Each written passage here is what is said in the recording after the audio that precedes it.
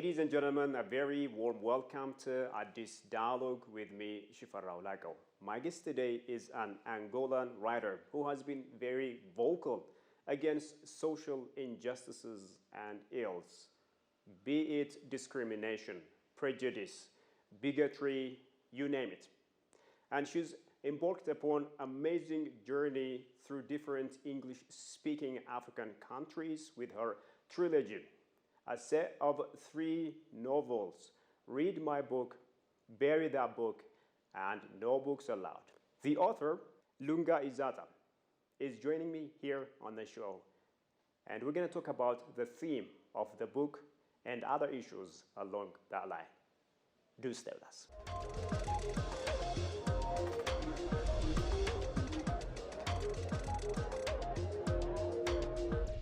Lunga, thank you so much for making the time to talk to us. Thank you. So I've learned that you have begun this amazing tour to different Anglophone countries with your trilogy. So let's first off talk about your journey, the purpose of your visit, and what are some of the countries that you've gone to so far, and what have you achieved, things like that. Okay, so I used to live here in 2019, 2020, and I fell in love with the Ethiopian culture. I made friends, I have colleagues here. So I felt like I needed to come here and try to promote my book. So actually my first country, I just came from Kenya. I was attending a conference. So I brought a few of my copies and I sold a few copies there. Now I'm here in Ethiopia, and the next step might be Nigeria, but I'm not sure. We'll see. Part of your visit includes cultural ties between Angola and the countries that you go to. Yeah. So in this regard, how should Ethiopia and your country cooperate in order to beef up their cultural ties? So I feel like there's so many festivals that take place here in Ethiopia. Maybe invite a few of the artists in Angola, because music doesn't need translation. Yeah, music, they can come, Angolan artists, to the different festivals. Not only musicians, dancers, painters. I feel like it's a good way to exchange through art. I think one of our DJs, I can't remember, I think Manhenash, it's the name of the DJ, he was here back in 2020. Yeah, so there was a party for him. He was able to show his talent and show his art. So I think basically my answer is just try to invite more Angolan authors, because sometimes they feel excluded because they don't speak English, a few of them. So like I said, music has no translation, so it's good to invite them to participate in different festivals. Yeah. That's interesting. So let's talk about your book. So you have written a number of books that have been vocal against social injustices, such as discrimination, hatred, racism, things like that. So can you walk me through the theme of the books that you have written in this regard? Okay, so it's a trilogy, right? 3 of them, they center on racism, religion, colorism, and different type of prejudice. So at the time when I wrote the first book, I was living in South Africa. I was staying in a town called Grahamstown. It's a very small town, and you can really feel the tension between different races. Yes, we are in 2024, but there's still racism.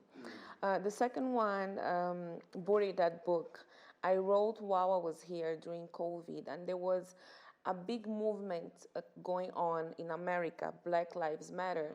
So I remember watching the news. There was someone who was killed by the police. I cannot remember his name. I think it's George Floyd. Yeah, so all those things that are happening influence my writing. I don't only write about things that I go through. I write about things that triggers me and makes me write about it. So the last book is actually a fictional land where there's no prejudice. It's like the ideal land of how life should be, how the world should be. No prejudice, no racism. Yeah, exactly. An utopia, a dystopia of how things should be. We are in 2024, but there's still so many issues like that. I feel like only through writing, through fiction, we can call people. It's a call to action to make people reflect and try to change their behavior and how they treat others. In this regard, what was the major factor, that galvanized you into such an action of coming up with this amazing trilogy, a set of 3 books, Read My Book, Bury That Book, and No Books Allowed? I love trilogies. I grew up reading Harry Potter. I'm actually a big fan of Divergent, The Maze Runner. So I always, even the Hunger Games, I love trilogy. I feel like trilogy is a way for the characters in the book to live longer. It's like you read the first book, but you wonder what is going to happen to this character. I'm wondering what happened. Did they die? Did they survive? Yeah, Did they survive? the suspense. Yeah, I love that tension to know what happens. And sometimes you feel like you live inside the story, inside the book. So trilogy is a way for the characters to live longer. So it's a way for the characters to live longer. It's a way for you to make fiction, it's more credible. It makes it more believable. Like you start believing that this person in the book really exists. Like you hear their voices, how they think. There's always a little bit of me in one of the characters. There's always someone who is me, but I try to put a little bit different parts of me in different characters. Yeah. I can be very shy, but I can also be very outgoing. So, yeah, different parts of me in different characters. Yeah, I could say that. Mm-hmm. Yes. I'm sure that you have also written other books apart from that trilogy. Yeah. Tell me more about that. Okay, so my first book was Sem Valor. Some people translate it no value. Some people translate worthless. Sem Valor. So it was in Portuguese. I published in 2015 in Luanda, Angola, my country. So I really love Sem Valor. I feel like Sem Valor is the greatest thing I have written so far.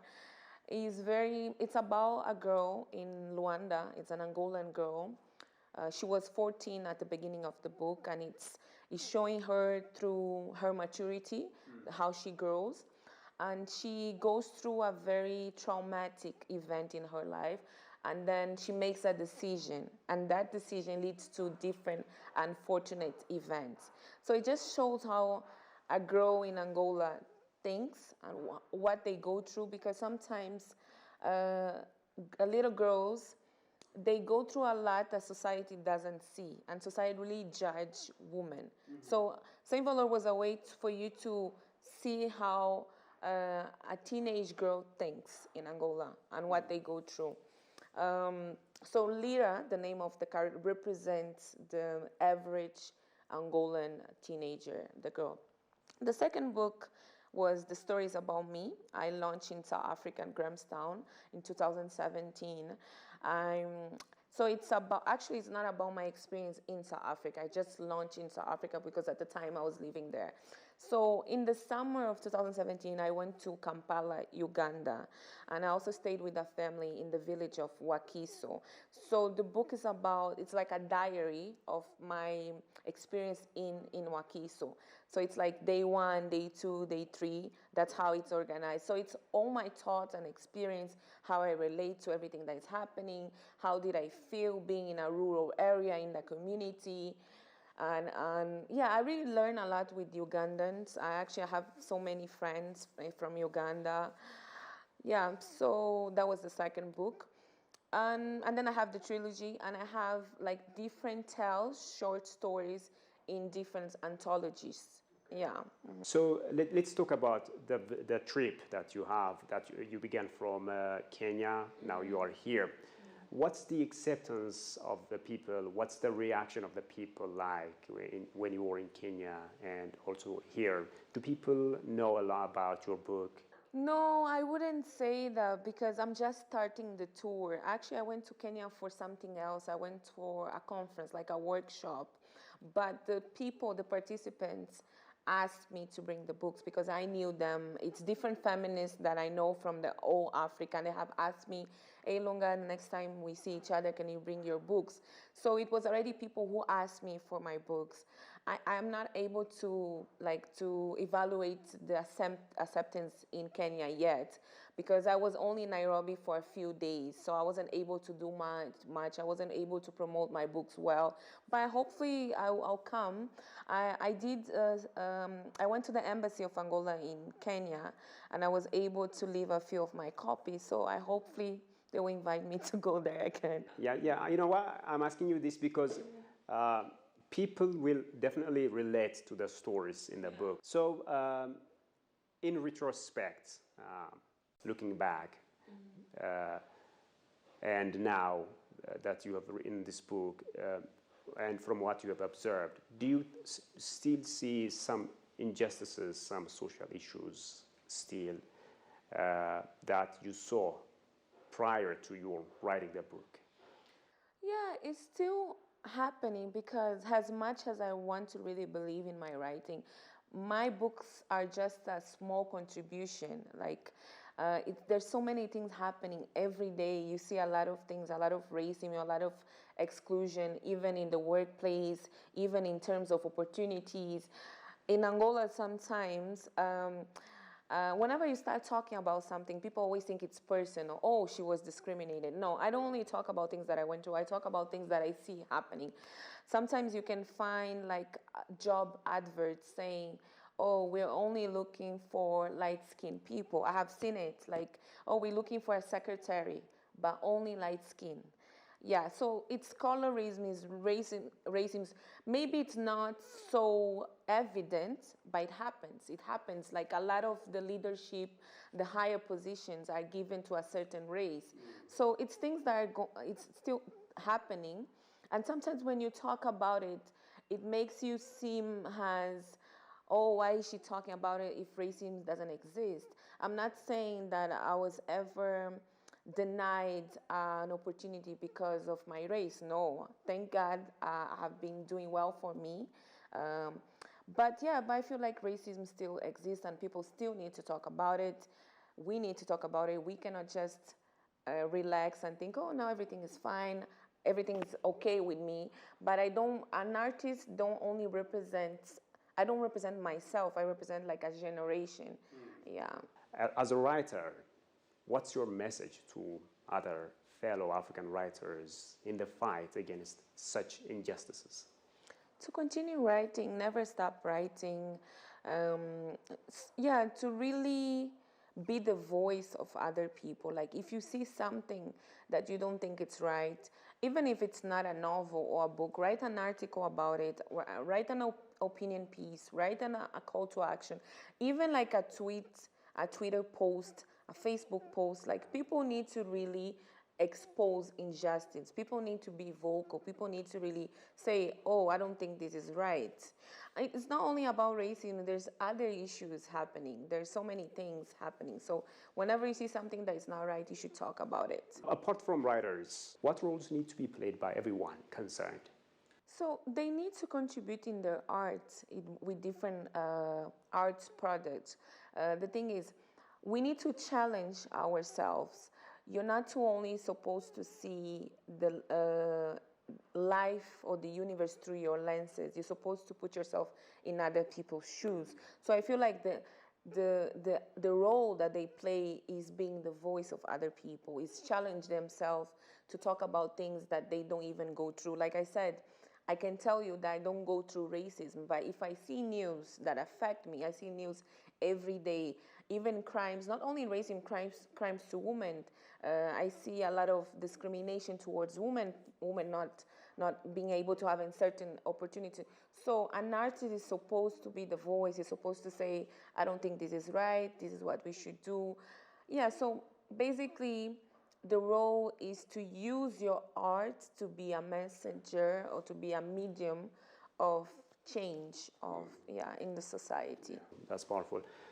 When you see the issues, these issues, sometimes there is this clear breach of social issues, social ills between the white and the black. Okay, sometimes there is this issue still persistent, you know, within the community, within the Black community themselves. So when you compare these issues, which is more persistent and more, you know, evident? I think the white and black is not so much evident. Sometimes it's European and African. Sometimes it's woman and man. Sometimes it's light skin, dark skin. Sometimes it's like European features, African features. So it depends. It really depends in the country, it depends in the society, it depends. But I really think those things are still prevalent. And whenever you talk about it, sometimes people look at it like, why people are still talking about it if it doesn't exist? It does exist, yeah. Before we wrap up this discussion, what's your message to fellow Africans in, you know, in this fight against discrimination, prejudice, things like that? It's just to continue to talk about things that people don't like to talk about and enjoy being African, enjoy trying to push the African agenda forward. Actually, I wanted to comment something about the question that you made earlier. Besides all those differences, there's also the acceptance of being African. Like, let's say, you know, women now, they're preferring certain hairstyles, like Afro hair. And sometimes in the workplace, it's not seen as professional. So my advice, the message that I want to leave to other artists is like, try to push the African agenda, the African traditional. Let's value what makes us African, our local language. I'm not fortunate, I didn't learn any local language, but I would like to learn. So I think it's important to focus on that and try to really value what makes us. Yeah. Lunga, thank you so much for coming here and for giving us this wonderful conversation. Thank you so much. Well, ladies and gentlemen, thank you so much for having been with us so far. Until I see you next time with another program, it's a goodbye from me, Shfarao Lako. Take care and stay safe.